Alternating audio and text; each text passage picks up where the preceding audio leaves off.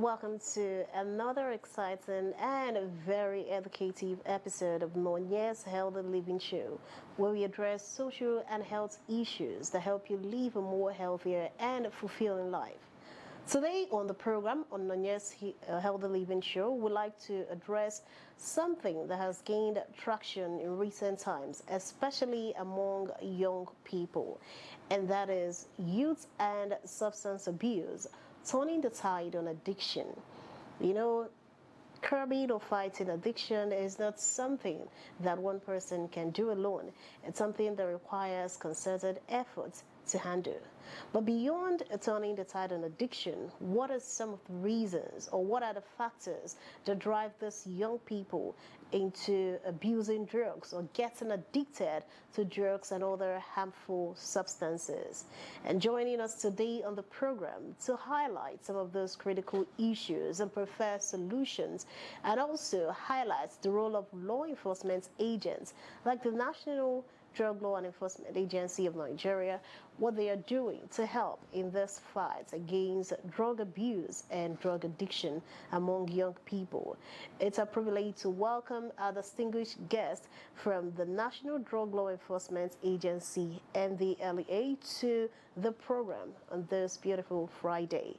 We would like to welcome ACN Adabo Christopher. He is the Assistant State Commander, NDLEA, Anambra State Command. Welcome to Noyes Healthy Living Show, sir. Thank you for having me. It's a pleasure to host you. Of course, ACN Adabo Christopher is not alone. We also have Madam Priscilla Chinasa Wike. She is the Principal Staff Officer, Training and Sensitization in the LEA Anambra State Command. Madam Priscilla, welcome to the program. Good to be here. Thank you, Dr. Priska. Okay. It's a pleasure to have law enforcement agents from NVLEA because we are talking about drug addiction, but beyond getting addicted to drugs or abusing drugs, I know that there are a pertinent role enforcement agencies like NVLEA can play in turning the tide on addiction. Remember, our spotlight is youth and substance abuse, turning the tide on addiction. What can we do? What are the factors that drive young people into abusing drugs and illicit substances? All right, we start a conversation this way. Is Sienna Double Christopher. Every day we hear drug abuse and the statistics of young people that abuse drugs and that are addicted to drugs keep rising daily, even though there has been efforts to stem the tide. We'd like to understand, or we'd like to begin with, what are some of the factors that push young people? Because I believe that somebody cannot just wake up and you decide to become an addict or you decide to start abusing drugs. What are some of the reasons why young people, abuse drugs or get addicted to illicit substances? Yeah, thank you very much for that question. Let me begin with saying that so many factors are behind the reason why people, not just young people, even adults, abuse drugs or substances. In this context, we're using both drug abuse and substance use disorder interchangeably. Scholars and scientists have conceived many theories that are behind substance use disorder. Okay. We will talk on some of these theories here, and maybe because of time factor, maybe subsequently we'll talk on other ones. We have a lot of theories, just like social learning theory, or theories like social control theory. We have strength theory, cognitive, transformative theories, and many other theories that maybe in the course of our discussion we'll talk about them. So these theories are mainly behind substance use problem in the society. And when you talk of substance use problem in the society, we're talking of the problems people are suffering from the use of these substances, especially drugs. Like you know, in our society today, especially in Anambra State, we have one of the most prevalent drugs now called methamphetamine, which is even produced within the environment. People produce it easily within their own, within their locality, maybe in the kitchen, they know the formula of production. And this thing is bringing a lot of problems for the society. Like in 2018, let me just go give the background small before we. There was a survey carried out by the United Nations on the UNODC that said not less than 14.4% of Nigerian population are involved in substance use disorder, and the majority are the young ones. And they now forecasted that in the year 2030, this number, if nothing is being done, just like Noyes is bringing up something and then inviting us to come on stage, nothing is being done very urgently. The number, that 14.4% of the Nigerian population there, will rise to 40%. 40% by the year 2030. So imagine that if you're talking about 40%, you're talking about almost half of the population of the nation by the year 2030 of the young people or people who will be into drugs. As at 2020, there was this UN research that came out and said 20 million Nigerian youths are into drugs in Nigeria. So you see, it's a very alarming situation. Before going to defining what is this problem, I've mentioned some of these theories that are behind these problems. So, like I said, I say social learning theory, which let me put it maybe as I define what is addiction, which is the problem we're talking about. People will now be able to build up from that place. What is addiction? Addiction is is the inability to stop using something. The inability, just by explanation. But by definition given by some scholar, addiction is defined as a chronic relapsing ailment that is characterized by craving, desires. The sickness is a brain disease, a brain sickness, that once you're suffering from it, you will be craving for it more and more. There are factors to this craving. So as you crave for it more and more, it will keep damaging your system, destroying your body. So maybe in the course of our discussion, we will throw more light on this addiction by definition. So what is behind this addiction? The factors behind this addiction are just like I enumerated. I talk about the social learning theory. In a society where you learn things from people, you will continue to build the desire to do the things these people are doing. That's just by explanation. Let's say a parent who has children and then he sells drugs or smokes drugs. The children will look at it as, my father is doing it. My father is smoking. I can do that as well. Smoking weed. In those days, when growing up, we look at anybody smoking weed as a person who is an outcast, a person who should not be accepted by the society, who stigmatize such a person.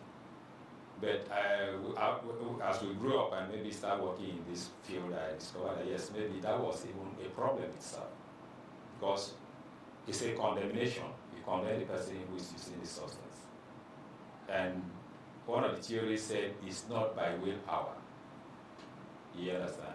So maybe as we go on, we'll explain vividly, and then we'll get to understand these theories one after the other. But most of these theories are the brain behind substance use disorder in the society.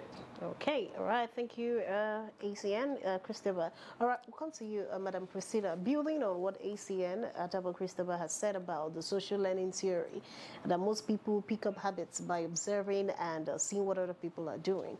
What would you say is the place of peer pressure with regards to youths getting addicted to drugs? Well, peer pressure is one of the most, one of the biggest factors that lead our young ones into drug abuse. They want to belong. They want to do what's trending. They want to do what others are doing. They want to do what they see their friends doing. that is peer pressure. If the child in question is not strong enough mentally to resist the pressure from his peers, he will fall into that temptation. They learn, they see things, social media, out there, face to face.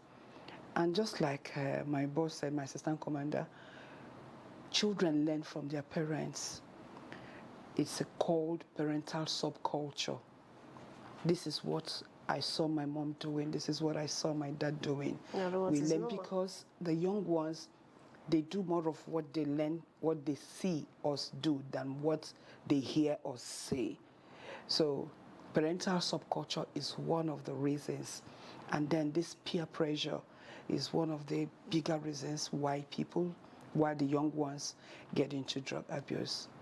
Okay. All right. We're still talking about youth and substance abuse, turning the tide on addiction. Now, at what point do parents and guardians, at what point do they need to pay attention?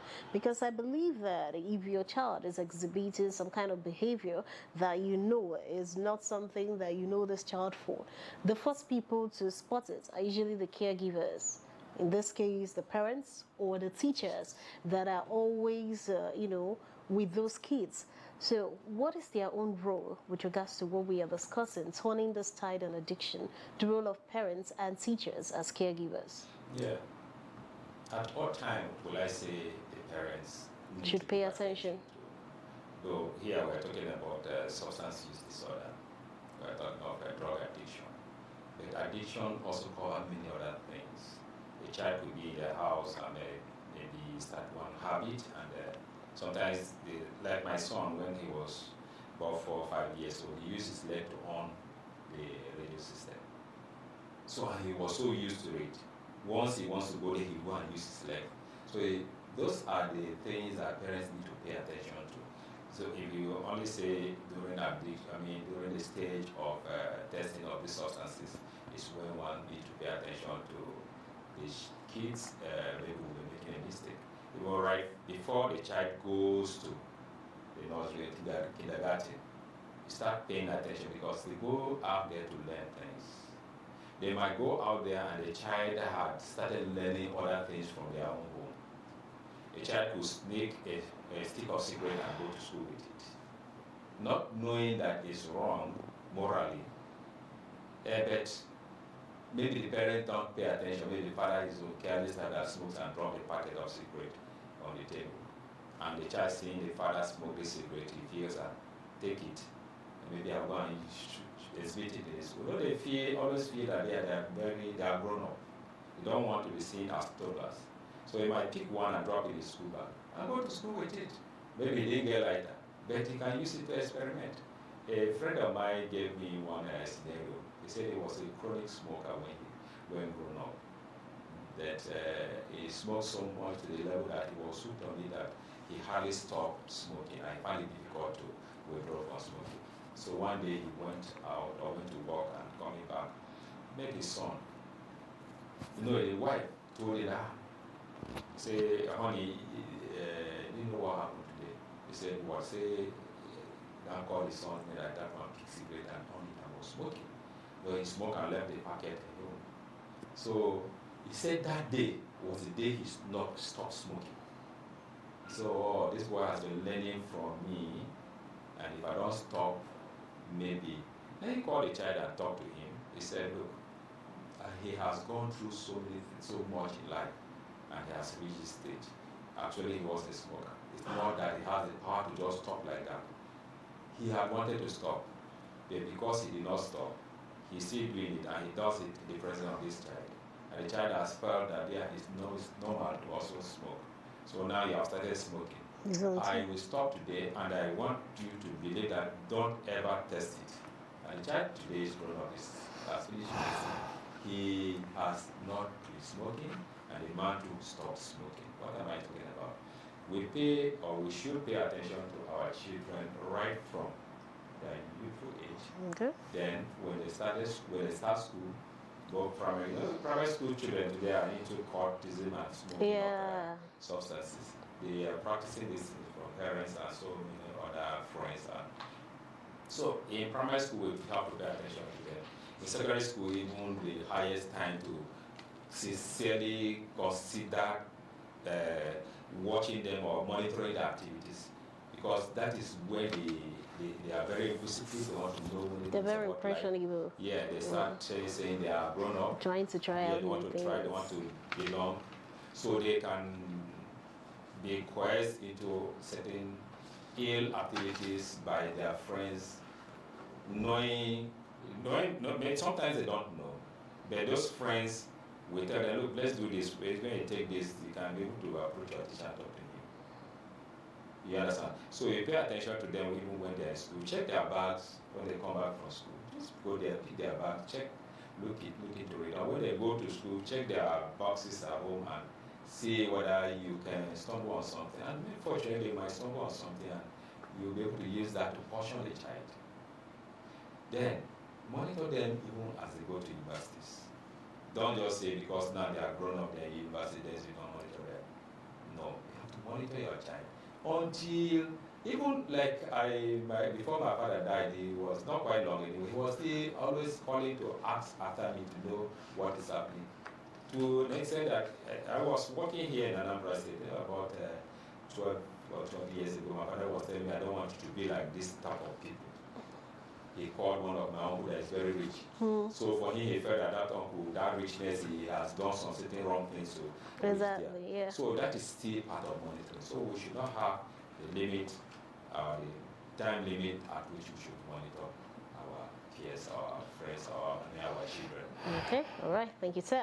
All right, this is still on Yes Healthy Living Show, and the conversation is centered on youth and substance abuse, turning the tide on addiction. And we have distinguished guests from the NVLEA, National Drug Law Enforcement Agency, Anambra State Command, right here with us today on the program. And one knows that here in this country, where you talk about when I mean hard drugs and drug-related offenses, the first point of call is the NDLEA.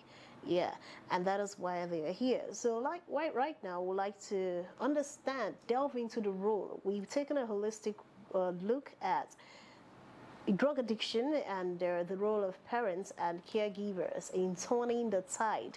And when we talk about turning the tide on addiction, we're looking at changing the narrative. Now, we'd like to delve into the roles and responsibilities of the NDLEA as a national body with regards to the fight against drugs and drug abuse. All right, Madam Presidia.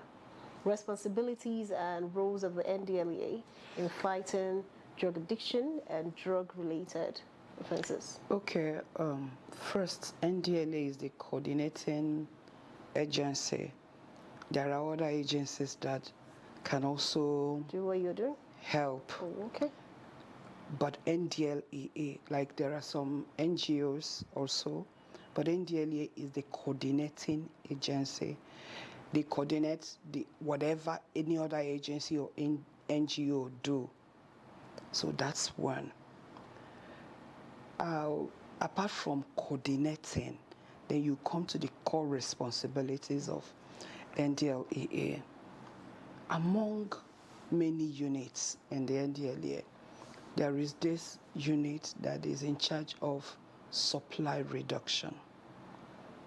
Supply reduction units are this unit that, with intelligence from well-meaning Nigerians, go into the streets to arrest dealers, traffickers, investigate and get them prosecuted. Then there is this other unit that is into drug demand reduction. The first I said is supply reduction, then this is demand reduction. Okay, just like economy, supply and demand. Exactly. Okay.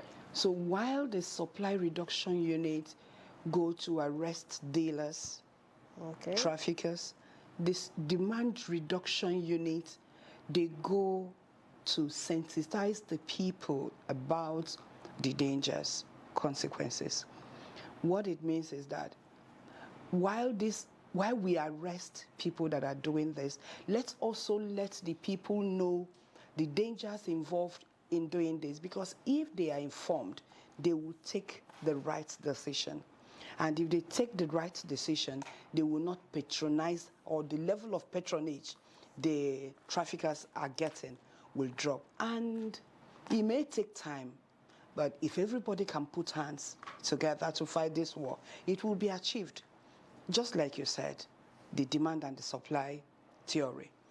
If I don't demand from you, after a little while, you will start looking for a way to survive, and you may leave that business and change. So the tackling this is not, we're not just following it from just one direction. As we're following through supply reduction, we are going about it again through the demand reduction, which is one of the reasons why we are here today. We go to different schools, different communities, churches, marketplaces, wherever human beings can be found. We go to such places and talk to them. Everybody may not listen to you. Everybody may not take what you are telling them, but there are some people, whatever you have said will help to take the right decision, maybe that time or later in life. Thank you. All right, okay, well, moving on. Now we've understood their roles and responsibilities. I would like to know some of the success stories you recorded so far, especially here in Anambra State. Some of your success story, care to share? Yeah, thank you. We have achieved, I'm not beating my chest, but I'm talking with authority. We have achieved a lot in terms of fight against drug abuse. Just like he said, we will employ different strategies to fight this drug, both supply reduction, demand reduction. We look at the prostitution aspect as well. So we applying both these approaches, kinetically and non-kinetically, to achieve this. And without mixing words, if you go to the Federal High Court today, NDLEA has the highest number of prosecution cases in the Federal High Court. That is our own domain. That's where we have jurisdiction of prosecution, Federal High Court. You go to Federal High Court, the records are there. NDLEA has the highest, maybe because of the upsurge of substance use in the society, or sell in the society, that is making us make more arrests and seizures. We have a lot of cases in the court. It's a success story. Today we have done kinetic approaches, we've done so much in terms of sensitizations, advocacies, and we've gone, if you take the statistics, she is fully involved in sensitization. She knows what I'm talking about. If you count the number of schools today which we have visited in Anambra State, over time, we discovered that yes, we've really done a lot. We've gone to so many churches, so many schools, and then gone to communities. Like today, we have achieved the establishment of community drug control committees in communities. Wow. We're taking after the State Drug Control Committee, cascading it down to Community Drug Control Committee. We actually established local government drug control committees in the past. But change of government and coming on board of new governments, certain things we have to go low. Nevertheless, we have established most of these committees. And these committees have been yielding a lot of results. Today, most of the arrests and seizures we're making today are community driven. When they see these things done in their communities and they feel it's not supposed to be so, they call us. Unlike in the past where they look at it as business as usual. They were looking at it as they're doing their business and they're getting money while disturbing them. But with the consequential effect of this business as usual in the communities, the community members have also seen it that yes, if we don't do something, something will do us. So most of these communities call us. The other time information was given, intelligence was given to us from a community, and in a nearby place here, And the officers that are into the law enforcement went there and arrested 1 point something kg, 1 point something kg, I don't know the exact figure now, 1 point something kg of methamphetamine. That's large. It's Wow. a very large quantity nearby. The other day, based on this intelligence and based on this committee established drug control committees, just nearby here, this other policy, this Maguru side, went there and brought not less than 600 grams of methamphetamine. You understand? So the community drug control committee, which I pointing out as an achievement, is paying off. Integer Integer. give us 1.1 kg 1.1 kg, of yeah, meth. that is the figure. Okay, when you say community control, you work with the communities. Yes. Okay. We spawn committees in the communities. Okay. The Igwes are in charge of. Okay. The PG are there, and then the Because youth the people leaders. in the communities know. They know theirs. They know them better. Yeah. So when they sit together and say, look, we don't want this thing around us. Okay, they will call And if you. anybody is doing it, they will report. Okay. They report the person to NDLA. Oh. And they help us, take us there, give us the intelligence that's supposed to be, to pick the person. And they go to prison. So that is, we are achieving a lot of results.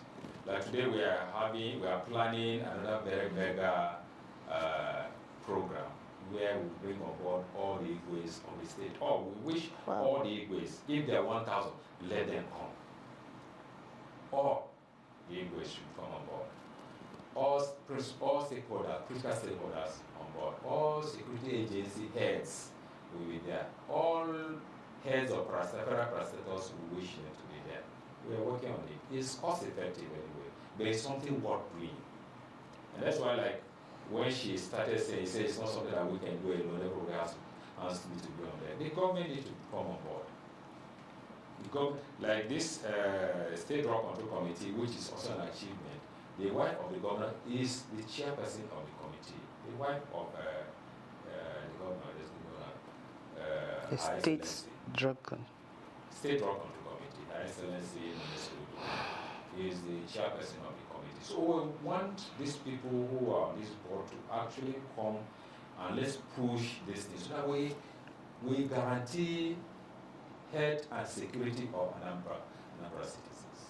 So among the achievements, which though I didn't list them out, if I listed them out, maybe I would have started enumerating one. No, it's okay. But nevertheless, achievement speaks for itself. Exactly. You I understand? agree. For now, like this program which the governor has just launched, this Agone Chamber, Operation Udoga you discover that if you go out now to go and arrest them, you will hardly find drugs in their houses. They digging ground and keeping it.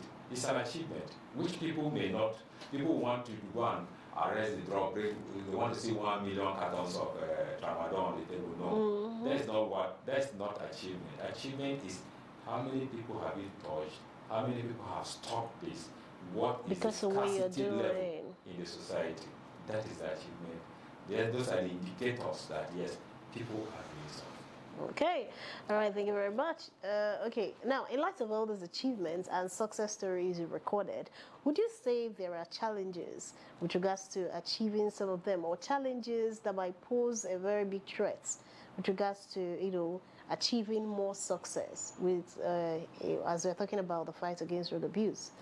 Yes, of course there are. But before I delve into it, I just want you to know that in case you want like figures for these achievements, maybe if we have an opportunity of being here again, you can get the figures. Statistics, okay. The statistics, yes. And nationally, Anambra State Command of NDLA has secured many awards for prosecution, diligence prosecution, and WADA, that is War Against Drug Abuse, which is this sensitizations. Okay. A lot of awards.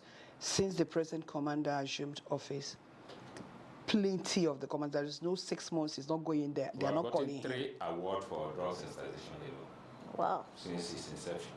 And then the ASATU, the general body, also gave him an award of excellence. So that one is because of What you're doing? yes, the statistics are there, like my Oga said, your job speaks for you. So in case you want the statistics, it will get to you. Igbo people will say that Afioma the wrong way. Ahioma the wrong way I hear. And as per the challenges, of course there are logistics, I will say. Okay. Like getting into these places to do all this job. You need a car. You need cars to be able to do this. And some of the cars we have been here for like many years doing the same thing. Tear and wear have set in. Everyday mechanic and all that. So that's one of the challenges. Secondly is some of these communities, some people see people that sell drug as that's my brother's business. So they want to protect their own with everything in them. Do you understand?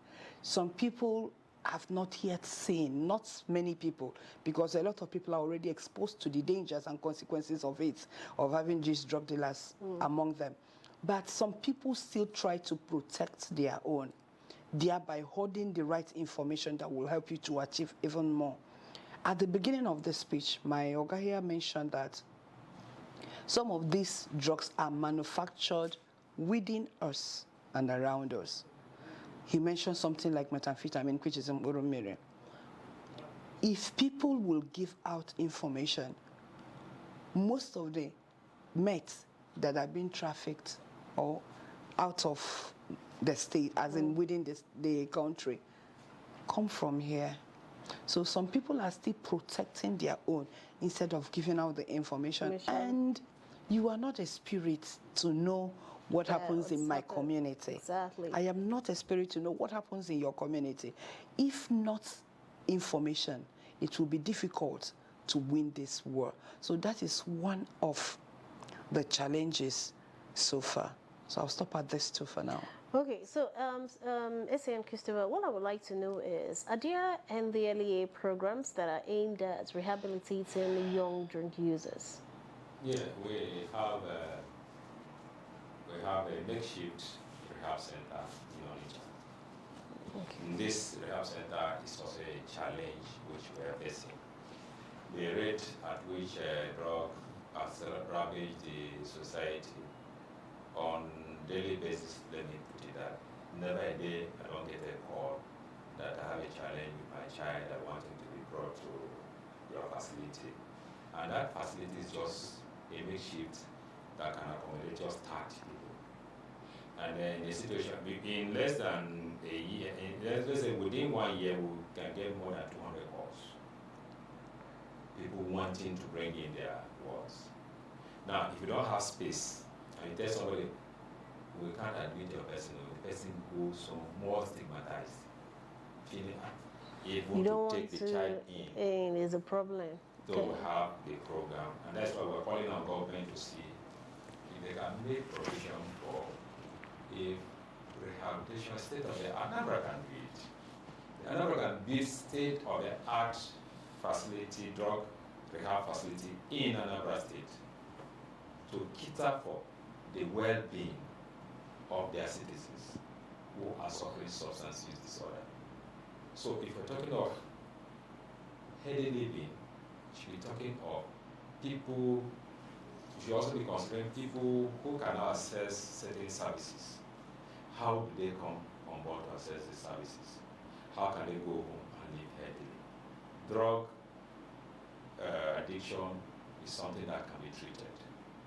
And if you don't treat it, the ripple effect will create more problems for others. Because a person who is under the spell of addiction, who knows, can kill a father. We have been hearing this, most of them jump from, they want to take this substance, they feel like flying. You hear they jump from a 2-story building. Like Cloud9. Yes, jump from their hostel down. You hear that student jump from this hostel and died. So you see here and there. So we can help them, and we have a plan on ground of seeing how we can help these people who are suffering from substance and who are suffering from drug use disorders. Okay. So the idea is there, but the challenge is that the space is No, not not to and then, accommodate. in addition, like even where Angel is staying today in Doka, it's a rented apartment. Angel needs The permanent base of a operation. permanent base of operation. And bringing all the operational institutions in one place. Like now we have the operational base in Onitsha, 3 in Onitsha. Then our detention facilities in Onitsha. Then the administrative base is here in Oka, which is under rent. It's a rented apartment. Government paid for it. State government and federal government both paid. That changes it. So we're talking and pleading to well-meaning sons of the state. One person can come out and say, okay, NDLA come, we'll donate land, we'll build a place for it. They can do it. We are here to serve the people. We are here to make life better for the people. We are here to make sure that the security of the state is guaranteed. But if we're not there, if we see the major problem today, even this Agone chamber, what we in the society today, mostly is those who are doing what, selling drugs and then kidnappers. So we will keep on having these problems if these institutions are not strengthened. So like our challenges, we don't have a base for operation. We stay in a rented apartment. It's not enabling. We don't have a required or the befitting facility for rehabilitation to help treat or give services to those who are already suffering substance use. Okay, all right. Okay, the conversation is still centered on youth and substance abuse, turning the tide in addiction, and we're still here with officers from the NDLEA, and they've been giving us their insights into some of the reasons for this addiction, and of course, also highlighting the roles and responsibilities of the NDLEA in turning the tide or an addiction and drug abuse in the state and of course beyond. Now we want to talk about prevention. Let's talk prevention and awareness. Now we have obviously agreed that there is a problem. And we've also highlighted what NDLEA is doing to solve the problem.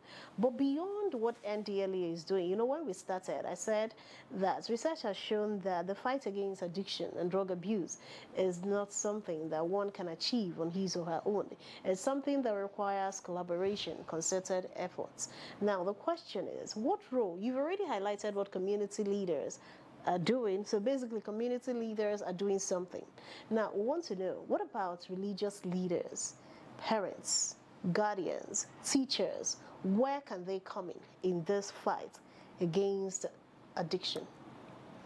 Well, they can come in from the beginning. Okay.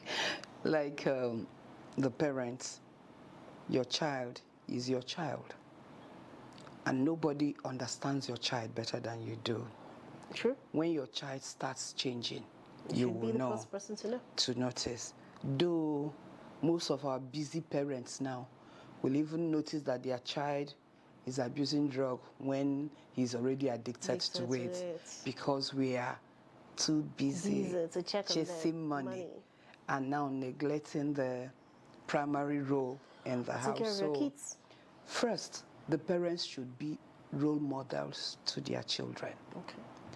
You cannot tell your child not to smoke when you're smoking. Exactly. If you as a parent abuse drug, you don't have the moral justification to tell your child not to do that. So be the first role model to your child. Yeah. Guide your child aright. Give him the necessary training. When you notice a change, seek help.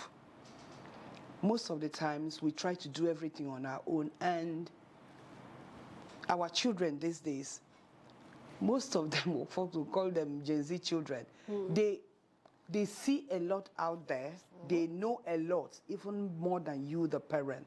So when you see that this is not what you can handle, please seek for help, professional help. As a teacher, you spend more time with the child than he spends with his parents. Because from 8 in the morning, this child is with you till about 4 p.m. So the parents get to, maybe by the time they get home, the parents are not even back from work. or from their marketplaces. And maybe by the time the parents will get to see them again will be around 7, 8 in the night. So you see that the teacher spends more time with these children than the parents. Another thing again, be a role model. Let this child see in you, as in let this child learn from who you are. You cannot be a teacher and be smoking and tell your child you're mentoring or tutoring that smoking is a bad thing. He's not even listening to you. He's watching you. You may not smoke, but if you encourage smoking indirectly, they know, they're watching you. So first, as a teacher, be a role model to them. Be that which you want them to emulate. Second, be a mother to them or a father to them. Be that person that they can look up to. Be that person that they can confide in. Sometimes these children, they have this challenge. They're looking for somebody to talk to that will not judge them. They don't have anybody. Anybody they want to open up to will judge them and condemn them. Which, if these children can find that comfort of confiding in you early enough, most of them will be saved before it gets out of hand. So as a teacher, you can be the child's role model. You can be his confidant. In addition to being his teacher, direct him. Be his counselor. He needs you to counsel him and direct him. If there are things you notice that you need to discuss with the parents of this child, please discuss with them. What else can they do? Teach them this which you'd want them to know. Teach, just like we teach sex education in school. Teach them about drug abuse. It's getting to the extent that people have to talk. If you don't talk, they will get the wrong information. Religious leaders, the same way you come and preach the gospel of drug consequences, what it can do to these children and how they can avoid it. If you can't do it, if you don't have all the knowledge to do that, invite professionals in the field to come to talk to them. Last year, we got permission from the Catholic Diocese of Oka here, and we went for August meeting in more than 30 parishes, talking to the women about their role, what they can do, how they can help in this fight against drug abuse. So the religious leaders, they can talk. They can bring in people that can talk to these children. Most of us worship our religious leaders. Anything they open their mouth to tell us, we want to do it. So knowing that you have such influence on the people that come to worship in your center, use that opportunity to make sure that you minister to them. Everything holistic. It's not just about what the Bible says. It's if the child grows up just knowing everything in the Bible, but he doesn't know things around him, he doesn't know anything. Exactly. So the child needs to know everything around him, including whatever you're teaching them in the church. So the religious leaders are stakeholders in this fight against drug abuse, just like the traditional rulers and the PGs, all these other people, they are all stakeholders. In the communities, the Igwes, they can make laws to say that we don't want people that sell drugs in our communities again. In every community, we know who is who. In your community now, your people know that you're doing the work you're doing. Yeah. Anybody that is a thief, they know. Exactly. People that are lawyers, people know them. And people that are drug dealers, they know them. The ones that are into other vices, they know them. So it is up to you to say, we don't want this kind of a thing in our community. You can achieve it faster than NDLA coming from Oka to come to your community to help you. If NDLA come without your cooperation, we may not achieve much. But with the cooperation of the traditional leaders in the community, a lot will be achieved. Like I said, you can make laws that we do not want anybody to sell hard drug in our community. Like that, if they can stand by it. It means that if anybody wants to buy any of this hard drug, he will have to journey to another community to be able to get it. By the time you do it, and the other community does it, and the other community does it, so within and around him, he doesn't have a place he will go to buy it. Sometimes when he thinks of the distance of going far away, he just forgets about it. And remember, our girls, it's not just about boys. Our girls are also into this. And this thing can destroy their reproductive system. It can destroy them, because the number of girls that are getting into drug abuse now is alarming. So if the community decides that they don't want these people in their community, they can do it. So let the traditional rulers, the leaders of the community, take the decision to make sure that these things don't happen in their community. If they do it, let me tell you, just like this, it's done. Then the youth leaders, you cannot be leading with bad example. If I'm just mentioning some of the stakeholders, if you cannot be leading, you are leading the youth and you're showing them the wrong thing to do. Remember, younger ones do more of what they see than what they hear. So if the youth leaders, first of all, they will lead by example. Secondly, they help the traditional rulers, the community leaders, in making sure that the community is rid of drug dealers in that community. The war already is won. Then well-meaning individuals, wealthy individuals in the communities can decide to assist by sponsoring some of these children in learning skills and establishing one or two little businesses for them. Most of them are idle. Then some of them that are already addicted in this, help them with what it takes to get them rehabilitated. Like my Oga said, we have very limited space, but there are NGOs in this state that are doing the same thing. So the person can get the help anywhere around.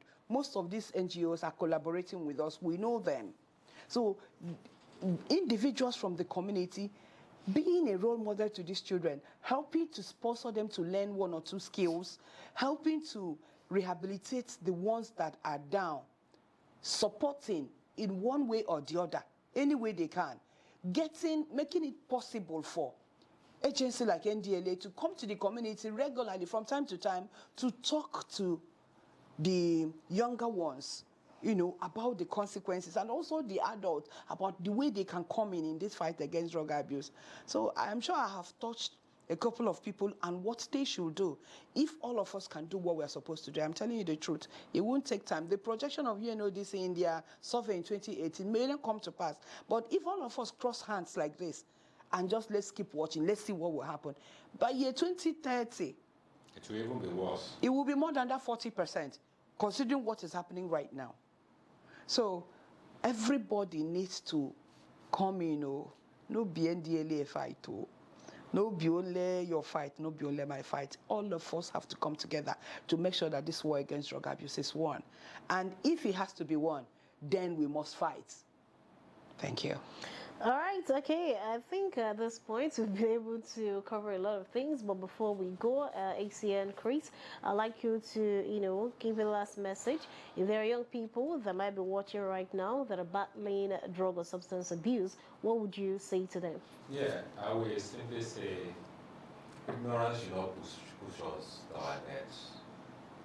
We are always advocating and then passing the message. We should listen to these messages. Because these substances, when you take them, you'll be thinking, let me just take now, I can stop after all. It's not by willpower. It's not by willpower at all. It is by the Christians, those of us that go to church, we say by special grace of God, for you to get out. Though sometimes somebody biochemistry, his body system, might be such that he might be taking the drug for so very long period of time, then nothing can happen. And then all of a sudden he says, look, I'll stop today, and he stops. Certain people, the other people may not be like that. They may want to stop. It becomes very difficult for them to stop because so many neurotransmitters in the brain have been damaged. So to stop because they have already been hooked, the craving will be there, the tolerance is there, they will need more to satisfy what they. So what I would say is, let us seek information to know more about drug abuse. Let ignorance not push us out of the Okay, thank you very much. Well, you've heard it. The fight against drug abuse is a continuous effort. It's not something that is going to stop today. However, it's also a call for young people to stay away from any form of drug or drug related incidents in order not to get addicted, because addiction is very difficult to overcome. So the best thing for you is to avoid it in the first place. Sure. They say prevention is better than cure. So you need to run away from the root cause of the incident before it actually happens. However, this is also a clarion call to well-meaning individuals to realize that the fight against drug abuse and addiction, especially among young people, is not something that can be achieved alone. Collective efforts makes everything all the more easy and makes everything work better. I want to thank the officers from the NDLEA, Anambra State Command. I want to thank the Assistant State Commander, ACN Adabo Christopher, for coming on Nonye's Healthy Living Show and lending his voice to this very important conversation. Thank you, sir. It's my pleasure you have me. It's a pleasure to have you here. We'll also like to thank Madam Priscilla Ogubike. She is a Principal Staff Officer Training and Sensitization in the LEA, Anambra State Command. Madam Priscilla, thank you very much for coming. Thank you. It was my pleasure. Thank you. Okay. Well, we said what it is. Remember, the essence of the program, Nonye's Healthy Living Show, is to highlight very critical health issues in the society with a view to changing the narrative. That is what we do here. And remember, like Our Excellency will always say, to live healthy is to live happy. Remember, Saturday, go, if you're in Oka, go to the stadium and join the Healthy Living team to exercise and stay healthy. And of course, it's also happening in some local government. So wherever you are, just know that healthy living is simply the best life. You have to live, because body no be firewood, but you have to stay healthy. All right, the program returns next week. Coincidentally, it's the Valentine edition next week Friday. We'll see you. I am Friska Uncle.